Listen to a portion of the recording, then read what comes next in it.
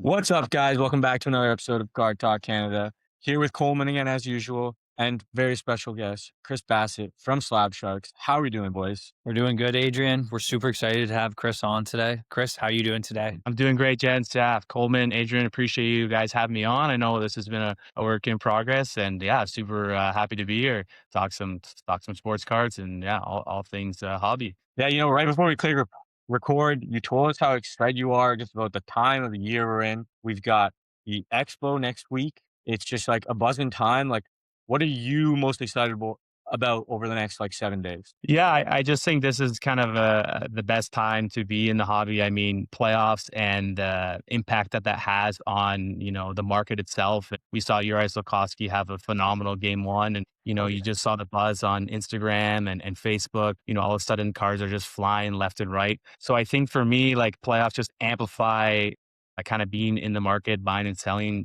so much. It's the best time. And as we all know, the expo is, a weekend we all circle on the calendar far in advance. It's like the Super Bowl of shows in Canada. So, I mean, factor that in with some good weather. It's just the best time in the hobby for me, for sure. I feel like this expo coming up, it's maybe something a little different than we've seen before. We've seen so many new entrants and kind of new spaces in the hobby and how much it's growing. What do you think? What are you expecting from this expo coming up? Do you think it's going to be busier than the one we saw in November, or do you think it's going to be a little slower? What are your opinions kind of going in? Because we know the market's hot. We've been seeing Pokemon, we've been seeing TCG, how popular that is. And now we're just seeing the hockey market overall kind of take a step up and really people are starting to get involved in it. So, what are your opinions on kind of what the turnout's going to be like and what people are really going to be in the mindset for? Yeah, I think ultimately it's going to probably be the biggest expo yet. I mean, it's hard to imagine that it's going to get bigger than the November Expo, which exceeded, I think, so many expectations for all the vendors and attendees. Just kind of given the exposure that the hobby has seen in the last few months, it's clear we're on a bull run. Whether that's in the TCG space, Pokemon, it just seems like it's continuously going up, and there's new prominent people entering the space. And then, yeah, when you factor that in with the playoffs, I just think it's such a exciting time to be, in the market right now. So I certainly think we're going to have a packed show. I mean, sometimes Thursdays you see a little bit of, a slower pace, but I think, right from the get go, a week tonight, it's going to be jam packed and it's going to be, just gung ho for 4 days straight. So that's my expectations going into it. Obviously, counting down the days, but yeah, I definitely do think it's going to be the best expo to date for sure. We do have to think about, and it's sad for me to say this out loud, but this is the first expo that the Leafs aren't in the playoffs at the time of the spring expo in a long time. It's true. Yeah. Yeah. I mean, that's a little weird feeling for sure. We're fortunate enough to see them in for, yeah, like 10 years. Yeah, the market and the Leafs players obviously is going to take a little bit of a pullback. I mean, it's fortunate enough to have the Habs still in it. The Senators, they're obviously in a battle with Carolina. Hopefully, they can sneak out a win tonight, and then obviously the Oilers. So I still think there's a good Canadian presence in the playoffs. So that should still keep the hockey market healthy. But yeah, in terms of the Leaf cards, maybe it's the best for vendors to put those cards away until November, see if they can turn this thing around. I'm curious if we're going to see a rush of Buffalo fans because the playoff craze down there has been pretty crazy. And, it's about, what, an hour and 20-minute drive from Buffalo to get to the expo. So maybe we'll see a rush of them, and that's going to be the card instead of everyone asking for knives. It's where's Rasmus Dahlin? Yeah, Hey, TH in ENT. I mean, certainly, I think also with USA capturing gold in Milan, you might even see influx in hockey as well. That's something I didn't touch on previously. But, yeah, it's clear, hockey is getting more eyes on it more than ever. I mean, you see that, across some of the marquee cards, and they're just setting record sales. Yeah, I definitely do think we'll see some Sabres fans for sure. I'm rooting for them, honestly. I think them and the Habs in round two would just be an unbelievable series. So that'd be that's what crazy. I'm rooting for. That would be nuts. That would be crazy. If we go back a bit in your history, I met you before I met Coleman, at one of my first expos, coming by the Slab Sharks booth, making some deals. So tell us a little bit of how you got started. You've been with Slab Sharks for the beginning. Were you a part of the founding team? Not part of the founding team, but just shortly after. So I think I was one of the first employees that they hired. But to kind of just give you kind of a entry or origin story, Yeah, I've been in the hobby collecting kind of since I was a kid. I mean, I remember getting the Expo ads in my mailbox like when I was like 7 or 8 years old, and like begging my dad to go in between tournaments and stuff. So that's kind of my earliest memories of the hobby, and going with a limited budget, and searching the value bins and just kind of going for the cards of the players that I collected and stuff. And then fast forward, like post secondary into university, like obviously the hobby kind of took a back seat for a little bit. And then I want to say like in 2019, kind of pre-COVID, I kind of started looking at some cards again, and then slowly started to set it up at shows once those started to roll out. And then I had known Karn, one of the founders at Slab Sharks, for a few years. Him and I had done a lot of business together, and I knew he was a prominent name in the hobby. And I actually had to fulfill an internship at school. So in 2023, I reached out to him and just asked if there's an opportunity to help out in any way. And yeah, it's just been a whirlwind. I mean, it's gone by so fast just to see the growth at the company and stuff. It's been unbelievable, to think that, could find a job in the industry, and, ultimately was a hobby, which I grew up with and we all grew up with. Yeah, it's been, just a great time, and, seeing all the cards come in and talking to collectors every day. It makes every day, a lot of fun for sure. So yeah, I've been with them for 3 years and counting. It's crazy with the amount, like, as you said, it must be crazy to see all the different stuff that comes in. You guys get so much different stuff from memorabilia to cards to Pokemon to all that.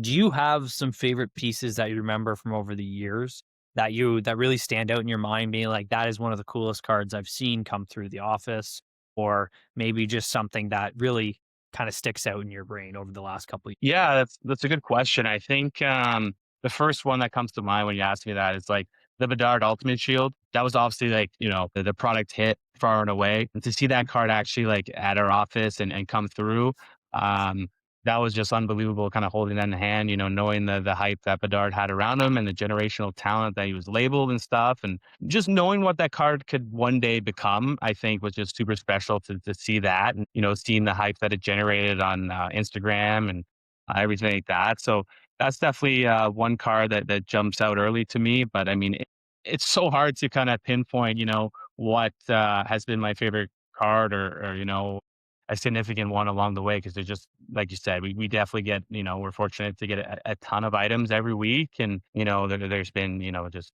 countless cards that would be grail cards for anybody. So but I think the Vidard Ultimate Shield definitely takes the cake for sure. Hey, that's a pretty good one to set. Mm, It's hard to really top that, but no, you yeah. guys do always the best. And I know it's something that we're kind of gonna talk about now, but you guys have kind of transitioned from just being one auction to kind of multiple different facets and different areas of whether it's an Apex auction with special rates and special cards, or whether it's release day.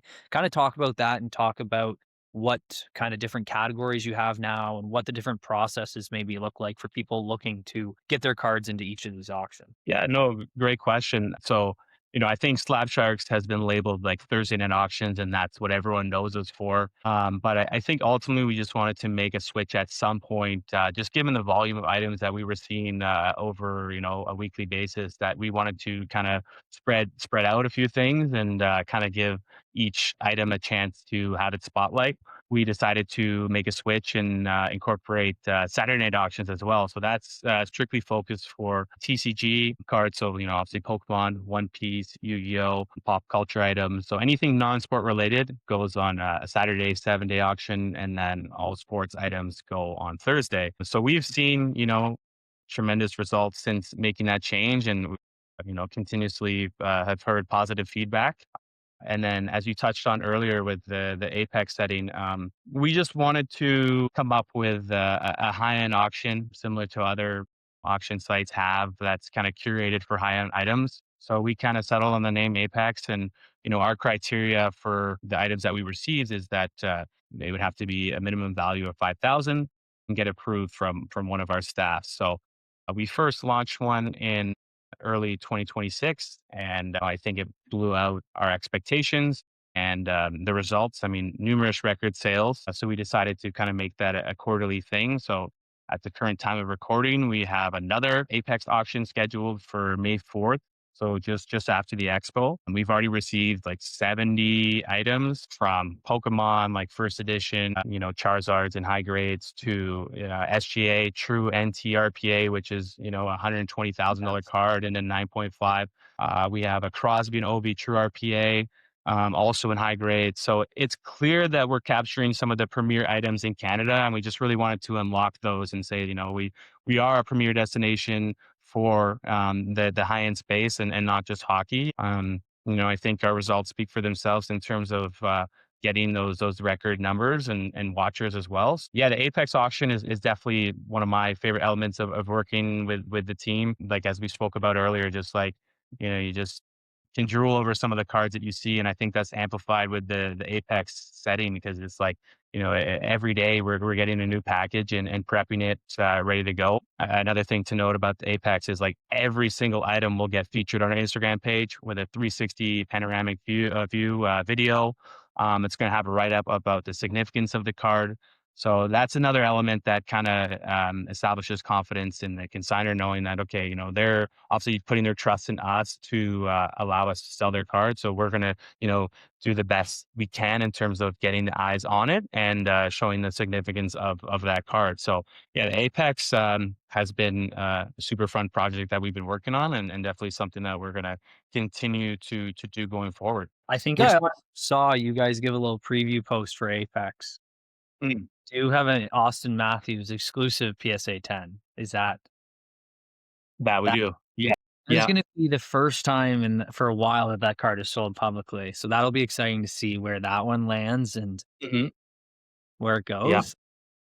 That'll Do Yeah. you be have a Yeah. favorite that's coming out in the auction that maybe might not have been previewed or? Um, yeah, that's a good question. And I mean, I think anytime you can get in a cup grail and the Crosby or Ovechkin, I think we did a preview on the Ovechkin so far, but we just had the Sid come in too, and that's actually a card I've never owned myself. I've been lucky enough to have Ovechkin in a decent grade and a nice patch, but a Sid, it's been one that I feel like it just never surfaces. They're just buried in collections. So to kind of see that card and the significance of it, and I remember growing up and just like watching 0506 Cup box breaks on like Kuching Chara and like, it's the one day, fast forward and now we have the card in our hand and stuff. So as a hockey guy, I mean, that's what I chase and stuff. So to see the Sid firsthand and then pair it up with the Ovi, it's pretty epic to see that. So I think the Crosby, True Cup is like just unbelievable to see for sure.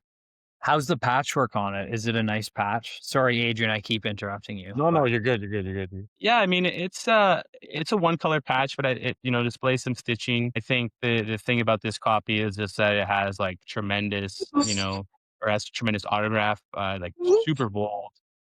Clearly, whoever owned this card before had it displayed properly and stuff. Like no signs of fading. Like when you see a 10 auto, this is the first thing that comes to mind. Like it's just like perfectly centered and yeah. So they checks the box on the autograph and the grade as well. I have to ask because we talked about this after the first Apex.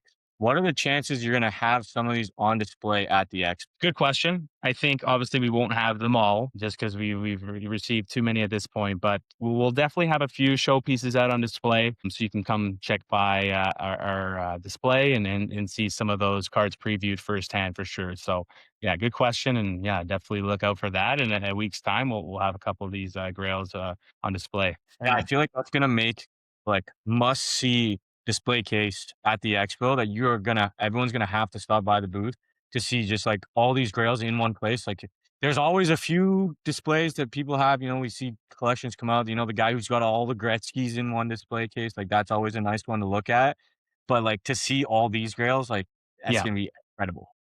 For sure. And I think a lot of these pieces just, haven't seen the light of day or sold publicly in a significant amount of time. They're like museum pieces. So I think, it's definitely going to be a showstopper and something definitely, to check out at some point throughout the show for sure. I think as we were talking about kind of Apex and you said it's going to be a quarterly thing, could you ever see you guys creating maybe a one time a year special auction where it's really maybe you raise that bar even higher and go above $10,000, $15,000 enough and really maybe curate a couple items or maybe a 10, 15 item list? Is that something that may be, or is the Apex, you guys think that's a good enough kind of way to display these high end items. Yeah, I mean, I think nothing's out of the question at this time. I mean, Apex is still pretty fresh, so, we're seeing how that's, going over it so far, and clearly the results have been, pretty strong. So to think that, yeah, we won't, adapt and make like a, ultra elite for 20K plus, I mean, that could definitely, happen down the road. It's not something we've discussed so far, but, yeah, I mean, I think, Karn, the visionary, he's always got his hands on the next best thing, right? So, yeah, it wouldn't shock me if, we came up with something like that. But for the time being, I think, yeah, the Apex, every quarter is something that, yeah, we'll continue to do and roll with that for sure. I gotta jump back a second here where we said the splitting of the Saturday or the Saturdays and the Thursdays. For me, I found it's been such a beneficial like user experience because Mhm. before when there's so much Pokemon in there too, and you're scrolling like what's ending in the next hour, 30 minutes, like seeing all that, you got to sort through it to get where you want. But now that they're on separate days, like when I go on Thursday nights to check out the sports auction, it's so much quicker to find my cards. So for me, definite plus on how you guys made that change for users. Awesome. Yeah, no, I appreciate the feedback. I think, I've heard that from a few different users and collectors, especially, when you have collectors who are strictly TCG and then others sports. It's just like a perfect way to kind of separate the two and, really, allow, like you said, like, when you scroll through a page, you can see exactly what you're looking for as opposed to, just everything, kind of clustered there. So, uh, yeah, it's been, honestly, I think one of the best changes we've made so far for sure. Would you be able to, talk maybe a little bit about the market trends that you guys sometimes see? For me, just like as a observer and user of the platform, I've started to see that you guys have been having great success with field products, Mm, even like hockey and Pokemon. I noticed there's a ton of really sick vintage hockey tonight, keeping a bit of an eye on, but the sealed product mm. has been so consistent for you guys. Is that something that has been going on for a while? Have we seen that increase recently just because it's playoff times, more people are looking to rip cool product? Or like, yeah, what's kind of going on there? Maybe some insight. Yeah, I mean, I think sealed product can be tricky when you're buying from eBay or, privately just because you want that peace of mind to know that the block's authentic. So I think, because we've built up the reputation that we always, protect the customer first, I think that's why sometimes our boxes see stronger sales. Because, if there was anything obviously to go wrong with them, we would cover that first and foremost. So I think that plays a role into it. Yeah, I just think, as time goes on, some of these Grail boxes, they just don't surface that often. In a bull market where, collectors are clearly trying to establish the best of the best collections, when you have that waxed or, on the sports side of things, when you can invest in an 0506 rookie class and you're not just limiting yourself to Crosby or Ovechkin, but you're getting the whole rookie class. I mean, I think the results speak to that. And yeah, you can never ever go wrong with wax. I mean, I think it's just one of those investments that just over time you stash it away and it will appreciate. I think it's just the hobby ultimately like realizing those things and realizing that yeah, just the best years, whether it's Pokemon and like, black and white era or, 2018 tops Otani year. Like that's like just, you can't find it. People who do have it, I feel like are stashed away. And so when it does reach a public auction format, I mean, I think it's going to sell for higher than the previous one. 'Cause you don't know when another one is going to, get unleashed from a collection. So yeah, I think that's kind of my 2 cents on that for sure. I think it's like just speaking of that in general, I know like we look at the boxes that Slab Sharks has this week, and you look at some of in the TCG market with Plasma Blast, the first ever ETB, and where that's going Mm. to go. Like that thing's already at $8,000 Yeah. for an ETB, and you look at where the market's going, and it's not just stopping there; it's going to keep going higher. And for the Saturday ending, and it's crazy though. And even you look at the way like Macklin Celebrini SPA year is, and a box of Yeah. that now has gone exploded crazy. And I think we're going to see a lot more people who are going to put aside some wax and see it as maybe an investment long term, especially for these really good rookie classes. Mhm. Yeah. No, totally agree. I mean, it's crazy to think like where Celebrini Wax was a year ago today, even like at the spring 2025. I mean, like Series 2 flagship was like $150 and you could get it at like any table at the expo that was known for selling wax. And then SPA was like 250 to 300. And it's just, again, it's hard to find. And now if you do find it, get ready to pay like 3x those prices. So yeah, it's just all those factors combined, result in, record sales and yeah, increase in demand, I think ultimately. Yeah. It's crazy. I can see it now. Great white wax auction. The next version of Apex, just wax, high end. I like that. Yeah. No, I mean, you might be onto something. That's a clever name, and who knows? I mean, yeah, with the amount of wax we've been receiving, I think definitely we could, cut out an auction just dedicated to wax. So yeah, like speaking to the Apex auction, like there's a lot of really cool pieces that we're going to showcase over the next few weeks, and then go live May 4th. Is Yeah. there some sealed in there in this Apex auction? Some sealed product? Yeah. Oh, yeah. There is for sure. We just haven't previewed it yet on our socials, but from there's a lot of Pokemon grails. Like won't Stop. give away all the I can see. the fun stuff just yet. But yeah, for the Pokemon fans listening, there is the first ETB ever created, seal like immaculate condition. Some of the significant booster boxes from the black and white era, and then on the sports side we touched on though 506 cups, stay out or stay and look for that. That's Yeah, great. honestly, the wax itself is going to be a show for sure. I mean, there's That's a ton of really cool items for just the wax. That's gonna be epic. Hmm. I'm so excited. I've been waiting for the day for this one's just for my PC. Nathan McKinnon's been my guy for a while. The day the National Treasures Panini Hockey comes out, someone Oh yeah, puts that online. I yeah. think there's so many of us that are waiting for one to pop and surface. It's yeah, that is just a white whale. No, like I don't know how many of those are left in the wild sealed, but yeah, the only release of National Treasures and like every pack was just loaded to the brim because they were trying to So clear out good. all their hits and stuff. And like, yeah, just such an epic rip. And yeah, if one were to ever, hit auction, I'm sure it would be one of the more watched items that week and definitely have a bidding war down to the last few seconds. Without a doubt. Yeah, just a unbelievable product. That's crazy.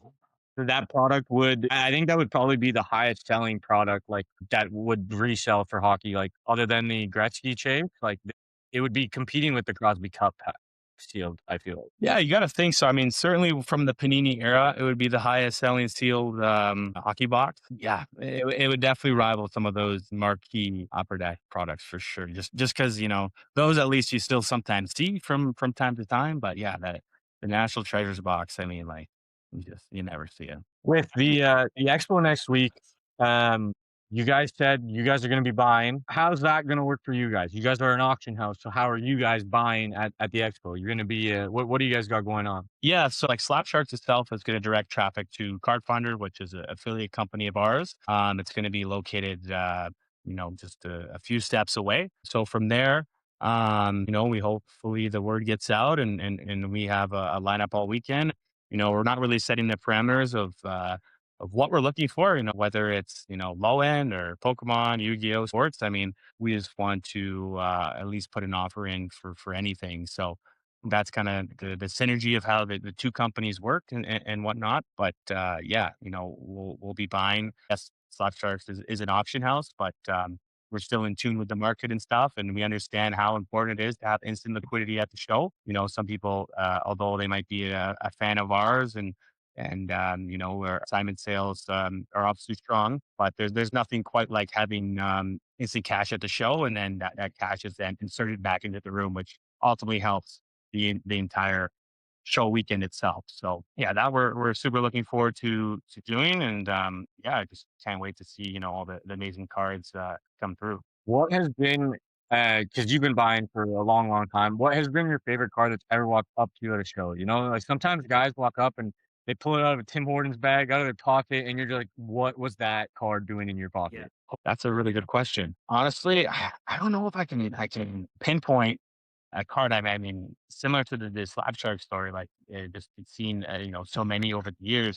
I'm sure if I had more time to think on it, but on the spot, yeah, let's circle back on that one. I'm sure there's something that will come to me, but this very second, I don't even know if I can. Yeah, point the my favorite card that I've seen. I think the one thing I'll say on that is like you'll see people come up with Zion cases and maybe you think you're packing heat, but like you mentioned, like someone who has a Tim Hortons bag inside of their backpack. I mean, you're not expecting much, and then all of a sudden, bam, they got a Gretzky PSA 9 OPT sitting there. And it's like, well, I was not expecting that. So I think that's the coolest thing about setting up at shows. Is just like you never know what someone is going to walk up with, and like you can never, judge it based on whether it's in a Zion case or a cardboard box that's just been through the ringer. So yeah, I mean, I'll definitely have, my favorite card by the end of this show here, but I think yeah, that's just the best part about setting up is you truly never know what you're gonna see. I think it's and that's the thing, especially at the Toronto Expo, is you never know what's gonna walk up to the table. Mm. There's so many different things that can come up and will come up throughout the weekend, and it's so cool to see everything that everyone collects and kind of the different type of collecting that each of them. Yeah, totally. I think that is a show where some of those white whales appear, cards of family members that they don't even know the significance of their card, but they search up, trading card shows, and obviously the expo is the first result. So yeah, you see like, I remember hearing about like a year ago, 52 mantle surfacing and stuff. And like there was a Curry Topps Gold refractor, like cards that you just wouldn't expect to, be in Canada or at least like, undiscovered at this point. So yeah, expo, you can always count on something coming through that is a top card for sure. We had a fun experience at the Edmonton Expo, getting to meet another big. Well, we all have been big Wyatt fans and Wyatt collectors in the past, but getting to meet a big Wyatt collector that was out there who showed us a pretty nice collection of his. He Not did. for sale. He said he's very attached to his cards, but he owns a large number of the Gold Cup RPAs, and we got to see a picture of that. So that was pretty cool. That's epic. Yeah, That was yeah. another thing. Seeing in Edmonton, just the collectors in that. Edmonton was there was so many different cool collections that we got to saw and pieces that you never really see come out, especially in Toronto or that. I feel like out there was a lot of different pieces where you wouldn't normally see them at Toronto Expo. Or Certainly, and I think that just speaks to like, yeah, different expos and a different crowd, and yeah, ultimately, like you said, just different collections. Circling back to Wyatt, I mean, yeah, I wish I still had a few more of his pieces, given the season he had. I mean, 46 goals. I think we were all super bullish on him that he would find his stride, and yeah, it seems like he's destined to be 100-point player, 50 goals even. So yeah, no, he is. I'm actually rooting for the Stars. I don't know about you guys. That series is going to probably go 7, but yeah, hopefully him and the Stars can advance for sure. You that, both were in early on him, so Yes. I'm curious if you both would pick a new guy.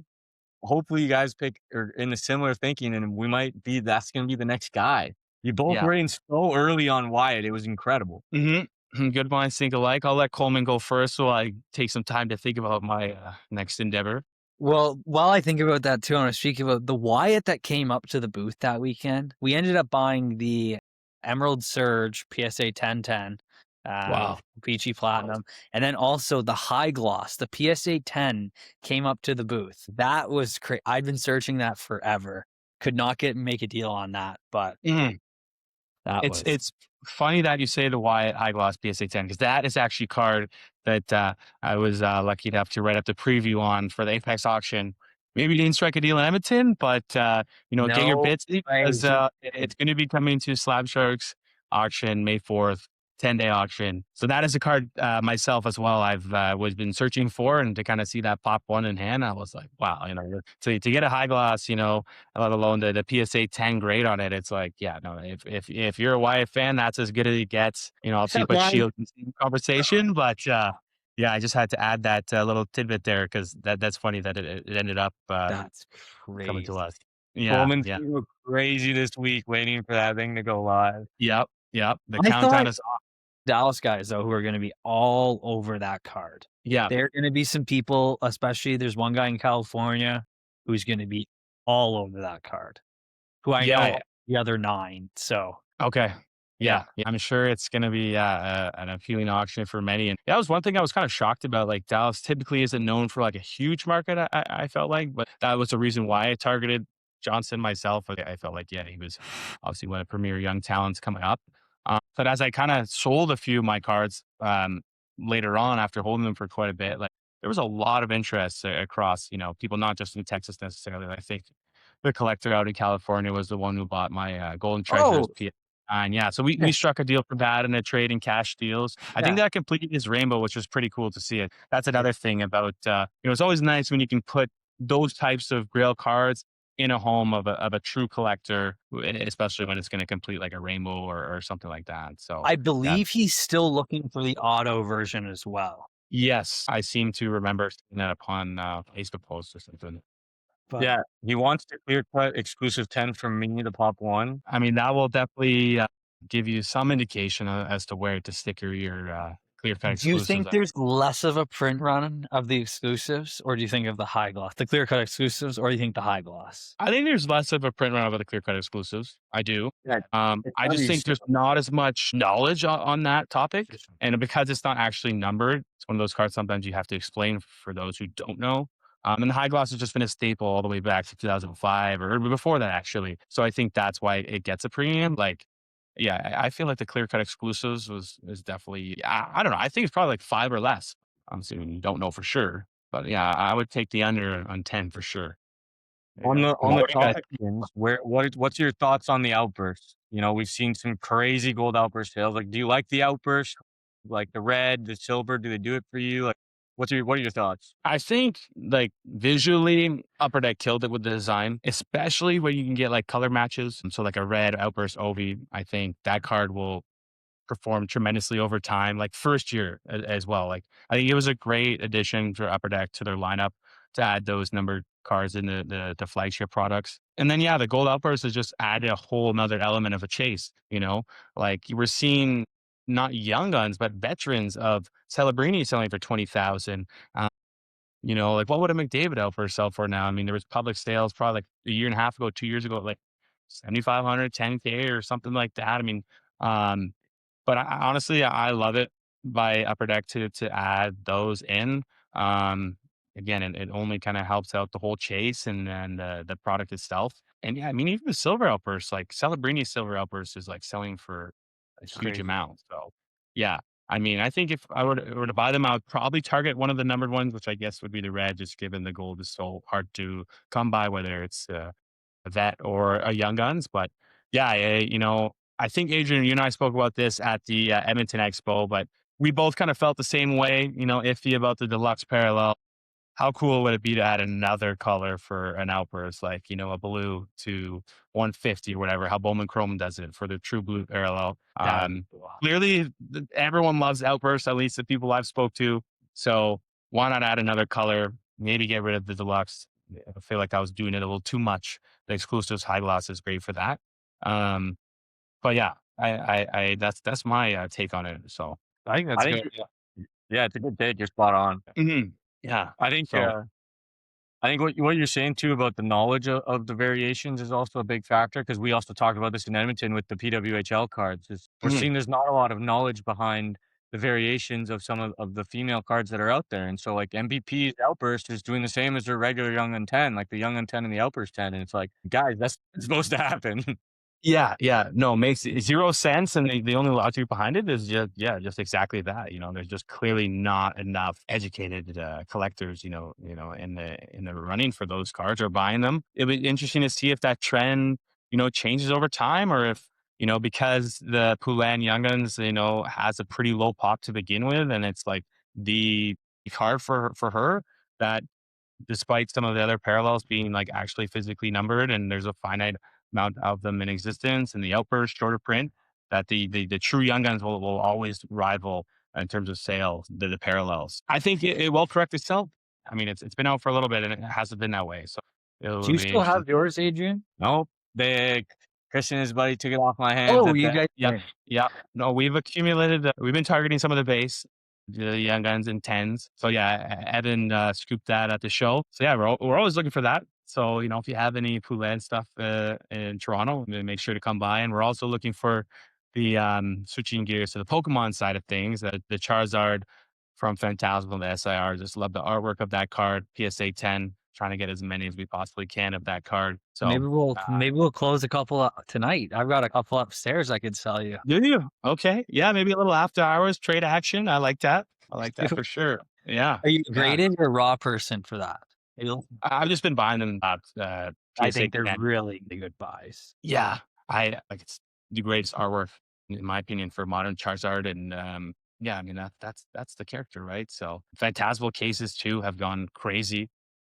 It's hard to Ridiculous. get by ripping it now too, so it's like, despite the pop being, in the 5 figures and a 10, I just think the demand clearly will continue to outperform. So, yeah, I agree. I will definitely gonna try to get that from you by the end of the tonight. Yeah. What Yeah, are we you guys always looking for at the show?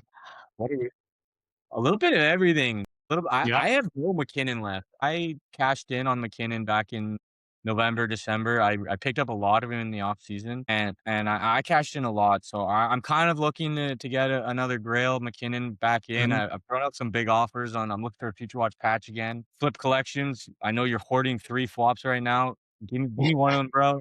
You don't need all three, but hopefully I'll find one out on the floor. Maybe a couple RPA. I bid on the last one, the four Yeah. color. JK Johnny outbid me. I think he might have been the one that outbid me on the Nylander flop tonight too. I gotta talk to Johnny about I'm gonna that. text him right now, actually. See if it was. Get to the He bottom of definitely that. he definitely bid on the Willie flop, and I definitely lost to him for the second week in a row. So Mhm. I gotta see what he gets. So I don't know. I'm looking for a little bit of anything. Nice. McKinnon's my guy, and I want to buy for something super cool. Yeah.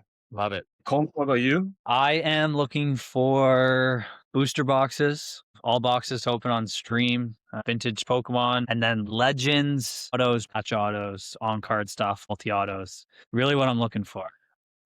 That Can't go is wrong with either of those, so, no. yeah, I love it, I Maybe think. I would really like a Crosby, something, a Mhm. big Crosby, like an honorable numbers or something. But Mhm. we'll see what there is out there. I feel like their rookie stuff, like Crosby's rookie stuff, not is so undervalued in comparison. When you look at where Celebrini's stuff is, you look at like limited logo sales and that, and I'm like, Yeah. why wouldn't I just go and try and find one of these cards at the expo to see?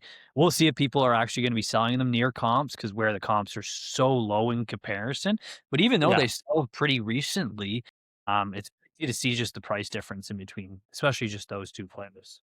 Yeah, yeah. I I I think that's, yeah, a great take. I mean, like, with how high Crosby's Young Guns has got as of recently in PSA 10, approaching 7K, 8K.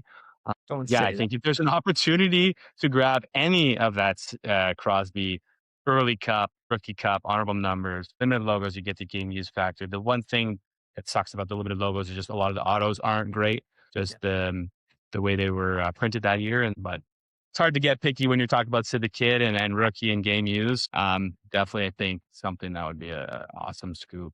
See if any of them are out on the show. I Hard to know it's find. gonna. Speaking of limited logos, I'm looking for more. This one I picked up in Edmonton, the Cutter Goche Duck Eye. 100 Nice. I saw this one, I had to pick it up, so I'm looking for more rookie limited logos because, like, and people need to be knowledgeable. It's one of the few that is game used for some Yeah. rookies. Some Mhm. rookies are not game used, but this is one where you can find game used rookie patches, and that's what I eat that up. Yep. Couldn't agree more. I think that's a huge element, and you get a huge patch window as well. So you factor both of those things in, and it's like, yeah, I think the limited logos will continue to get the protection they deserve.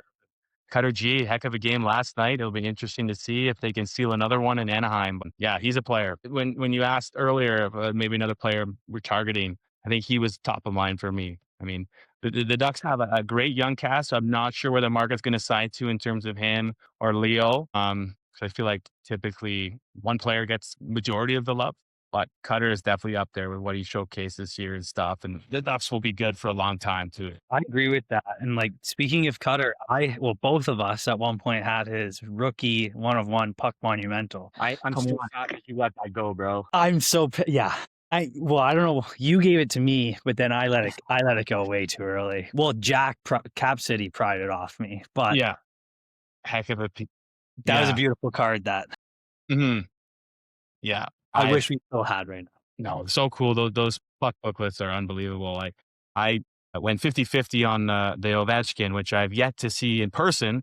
It's been stashed away with a good friend of mine out in the States. So actually, this coming expo will be my first time to see that card in person. But it's also from his goal record years. So I think they did a unbelievable job with that set. It was a cool I love innovation. that you can see the game that it's from, so Yeah. then it can actually have a bit more significance to it. Mhm.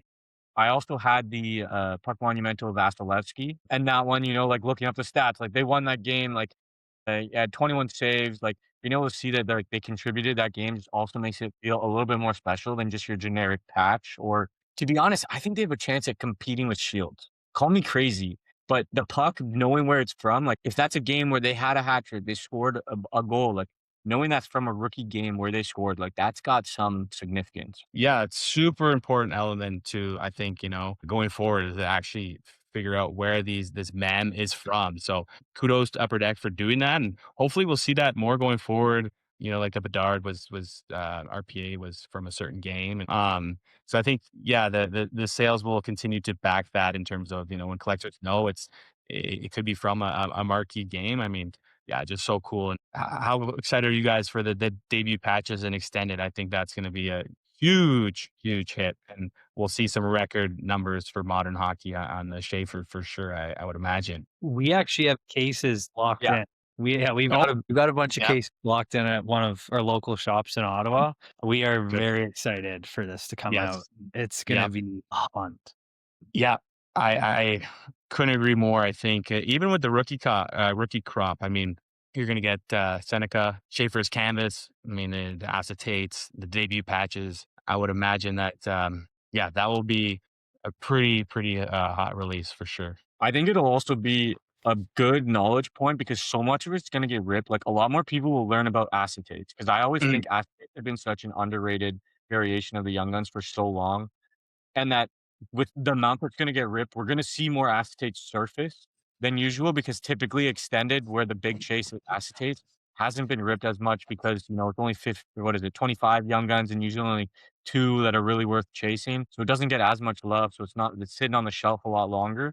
I definitely think this one's gonna get ripped to shreds and mm. the price of the box is gonna go up the less that debut thread doesn't surface. It'll be interesting to see how quickly it surfaces, especially with how much breakers are probably gonna rip it.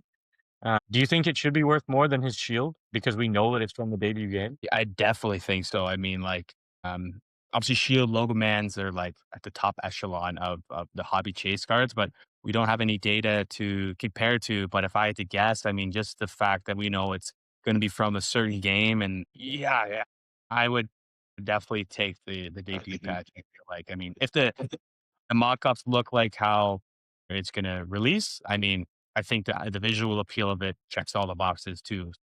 I think, yeah, that'll be cool to maybe circle back on this whenever we do see the shield come out and the debut patch. But I would have to side with that for sure in terms of selling more.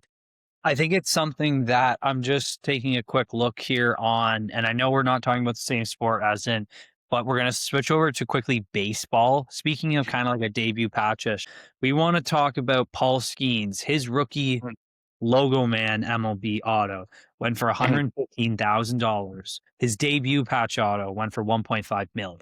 So you can see the difference there in the spread. Who knows what the hockey market's going to be like, but mm, as we see just in like one of the biggest markets as in baseball and kind of the spread there. And you look at other players even and their debut patches in tops from their MLB logo mans, the spread is ridiculous. So I think it's something that everyone's going to be really excited about.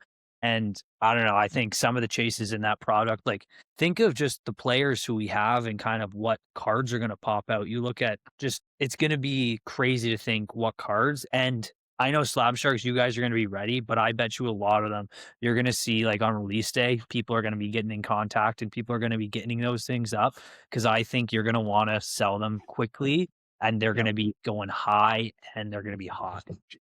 Yeah, I think that's a great comparison with the skiing's example. Like I didn't realize that the gap was 10x there. So that even furthers my belief that yes, the Schaefer will outsell the Shield when it's all said and done, and we have sales for both sides. So, yeah, I mean, I think again, great job by Upper Deck to add that in, and good to put it in extended. Add a little juice to it. Um, it's going to be a product for sure. Are we gonna Fellas, get did you a do? bounty bidding war by a few people? Slab Sharks threw out a bounty on the gold outburst. Maybe we see a bounty come out for the Schaefer. King of Cards maybe throws his own. I was gonna say it wouldn't shock me with him in the mix, and who knows? We might have something along the lines, of a bounty as well. So yeah, I definitely think we'll see a bounty for hit that card for sure, and six figures plus. So Adrian, I know something I want to circle back on quickly, and we can kind of get Chris's intake on this. A couple episodes ago, we talked about the Wayne Gretzky's final Edmonton Oilers game jersey going up for Mm. auction on Golden. It is actually ending not tomorrow night, but on Saturday night. I just want to get a little check in here. I'm just going to pop it up here. We can talk about. We are at 900, well, $1.159 million. What Yeah. do you guys think of that sale, or like kind of where the auction's at? Do you think there's going to be an increase of bidding at the end? Do you think it's well priced here? Do you think it's going to go to a person? Do you think it's going to go to a company? Is Upper Deck going to buy this? There have been many speculations on different things, but Chris, I know Adrian and I, we've had our kind of opinions on this and talked about this, but what do you think about this jersey, and what do you think the kind of final auction price strikes at when it ends in about a day and 24 hours now? Yeah. So the first part of your question, what I think about the jersey, I think it's the greatest hockey jersey ever. I mean, we're talking about the great one jersey ever. The last cup with the Oilers, like what else more could you want? And just the fact that, yeah, they'll probably never see, a Stanley Cup gamer of Gretzky hit the open market like this ever again.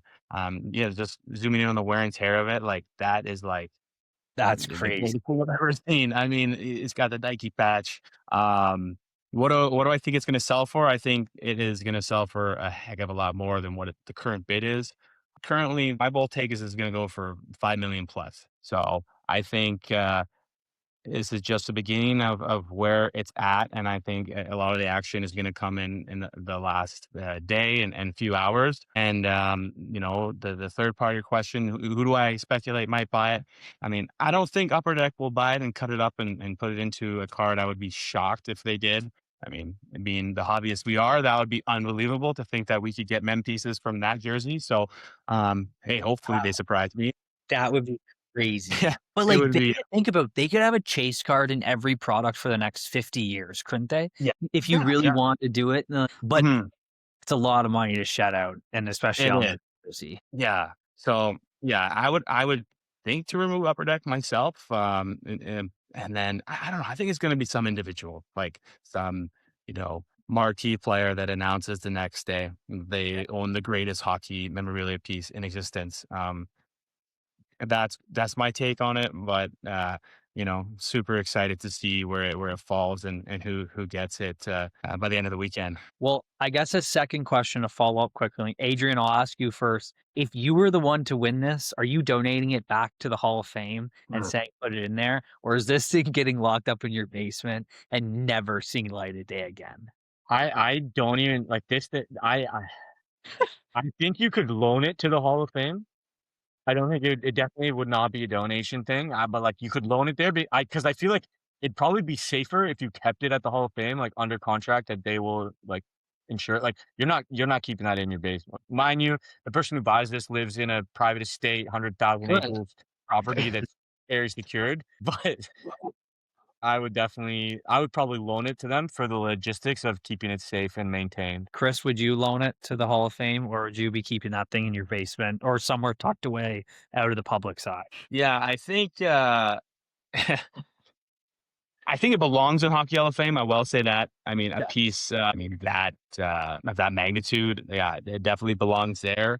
But yeah, I don't know, maybe loan it to them for a weekend or something for the Hall of Fame weekend in November. But then, other than that, that puppy is staying locked away and not seeing the light of day for a long, long, long time. I It think it is a banger, but yeah, if Upper Deck got their hands on that, like, I'd be Oh, salivating. At the cars, they would like, you just couldn't believe they would do it. The other person mhm. that I scared, and I hate to say this out loud because I don't want it to come to fruition, but, like, that's a type of piece that, like, Logan Paul would buy if he just wants to buy the coolest and best thing out of each sport Yeah. and have it. That's the type of stuff that he's collecting, and, like, that the guys are getting into, that those, like, really big whales, like, we talk about sharks and the slab sharks, like, the whales get into, yeah. they're like, that's the type of thing that I could see Logan Paul buying and bringing, Mhm. putting it on his shelf, and then next playoffs, he pulls it out and says, "Guys, I'm into hockey now. Like, check me out." Yeah, it's a huge marketing piece. Whoever buys it, like when I was first thinking about potential names, gotta agree with you. Logan Paul was at the top of the list too. It seems like he's in all things collectibles, and yeah, for like the greatest player of all time, and the biggest distance between the next best player. I mean, like that is like Mona Lisa of It's sports. actually like his best known jersey too. Like it's Yeah. not it actually might be not even like a question, the best game worn hockey jersey available that's hit public market in a long time. Mhm. And we talked Yeah. about having Gordie Howe's last game worn jersey. Just I think it was what 4 or 5 months ago that went up for auction. But even now seeing this one and it's already shattered that sale price. So it's crazy to see where this one's gonna end. Yeah. Yeah. No, gonna make for a exciting finish for sure. That was an amazing episode. I feel like we could talk forever. And we're just getting in a bit of the market talk. So we're definitely going to have you back in the future, Chris. Let us know what's going on. Where can we find you, especially next week, like all things Slab Sharks. Yeah, well, first and foremost, guys, again, really appreciate you guys having me on. Like I said, that just flew by. It was pure hobby talk. Clearly, you guys, know your stuff and are as passionate about it. So that was a blast. In terms where you guys can find me, email me with any questions regarding Slab Shark stuff at chris@slabsharks.com. So if you have any questions about how the auctions work or, when the deadline is to get your cards in, you can reach me there. We'll be at the Toronto Expo a week tonight. Look out for the big S banner hanging down from the main room. And Card Finder will also be at the show. If you can't find us, you can ask Slab Sharks. If you want to get instant cash at the show, ask them. And yeah, we'll have cash on the show for instant liquidity. So again, yeah, thanks for having me, guys. It was a blast. Appreciate it. Might have another episode for everyone before the expo. If not, we'll be recording a bunch of episodes the evenings of the expo with a few guests that are flying into town. So that should be a good time. Thanks everyone for watching, and we will see you next week. So yeah.